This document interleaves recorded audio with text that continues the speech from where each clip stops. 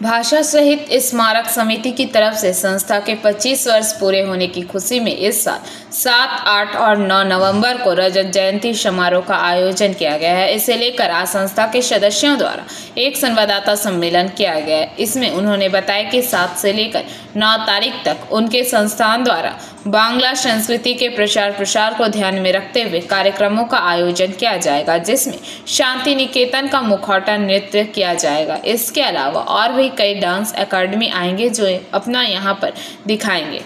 7, 8 और 9 নভেম্বর এই 3 দিন সন্ধ্যে 6টা থেকে শুরু হবে।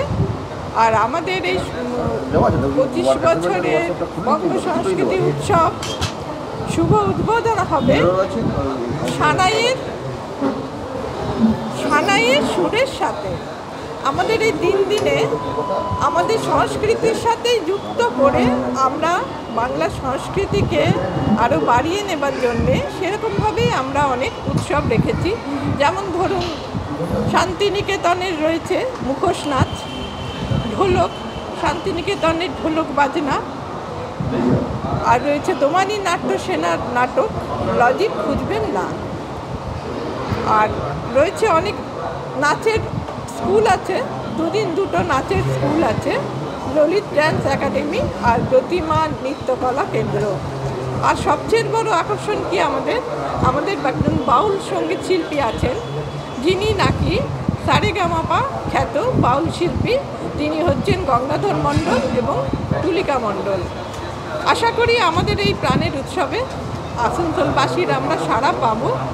সবাই আমাদের পাশে থাকবেন। আমাদের এই উৎসবের 3টে দিন আমাদের সাথেই ওনারা আনন্দ উপভোগ করবেন।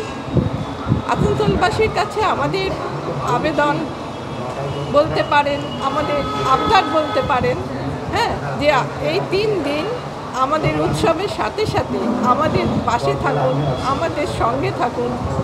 আমাদের অত্যন্ত ভালো লাগবে, আপনাদেরও ভালো লাগবে। আমাদের এই 3 দিনের উৎসবে কোনো রকম প্রবেশ মূল্য নেই, সবাই আসতে পারেন, এটা প্রবেশ অবাধ। আপনাদের অনেক ধন্যবাদ, অনেক ভালোবাসা।